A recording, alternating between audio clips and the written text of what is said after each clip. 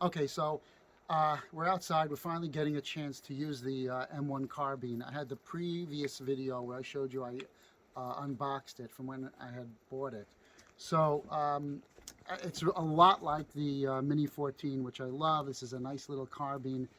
And it's one thing you notice is it's just so light. It weighs about, I think it's 5.2 pounds, and it's just a joy. The wood is beautiful.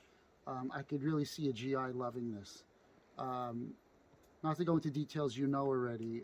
It shoots the 30 carbine, and it's really a pleasure to hold. So I have the magazine, and of course this gun was copied a lot by Bill Ruger and his great Mini 14, which I've spoken about. But I think the one thing he didn't copy was the magazine. And the magazines aren't of good quality. This one's a better quality. It's from Cheap Shooting. But the nice thing is, it just fits in like that. I mean, why couldn't Bill Ruger just make the Mini 14 like that? It's such a pleasure. You see, you just put it in. It's great. The Mini 14, you have to hook it in. It's right, it's not right. You jiggle it. In any event, okay, so much like the Mini 14, you can see it.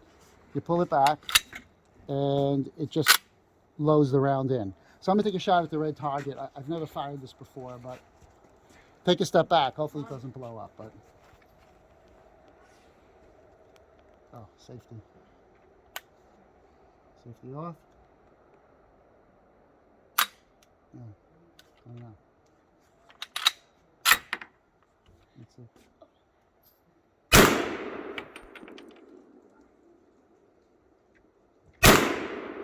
Holy cow. Oh, it's accurate.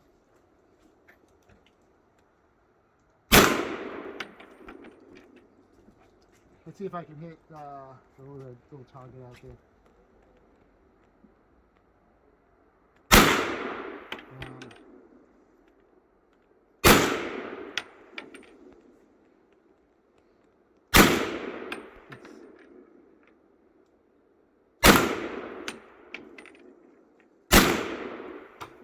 Wow.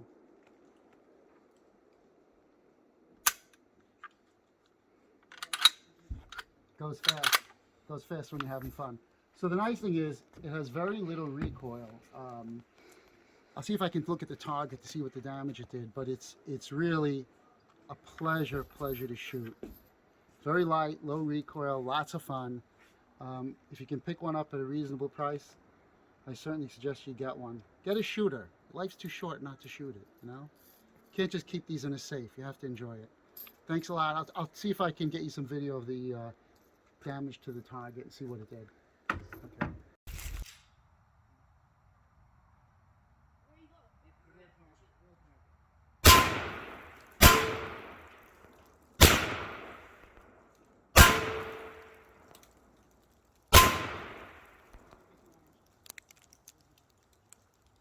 So just to show you what this does, this 30 carbine round, which I think is interesting.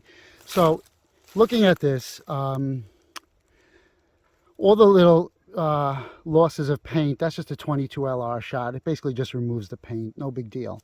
Okay, this round over here, which is painted over, that's a 5.56 round. That just basically melts its way through. 5.56. Here's another 5.56, melts right through. Okay, then I had my 410 shotgun.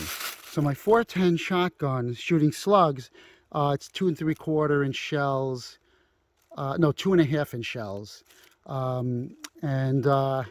What it does is it just indents it. You see, so the shotgun, which has good power. Let me just.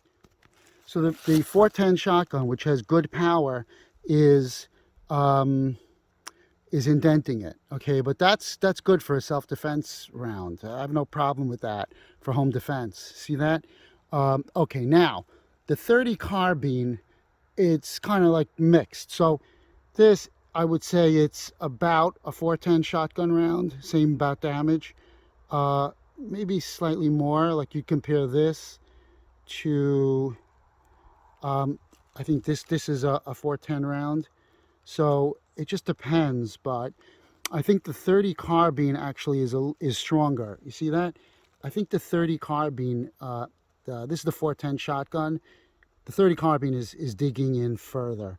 I think here it made it through, here it made it through. Not all the time. I think there may have been my a 5.56 round that went through, it hit that hole. So I would say it's actually more powerful than a 4-ton slug, which is impressive. It's fine. So in World War II, when the GIs had this for more like close quarter combat, that's fine. This is great. Easy to shoot, very light. I'll show you in the back. See over here, it just pushed it through. This is basically diamond plate, I think, that you find on the back of a truck. So that's it. I hope you enjoyed. Hope you're able to shoot a M1 carbine. It's certainly a lot of fun, and it's a joy to have. Take care, guys. Hope you enjoyed.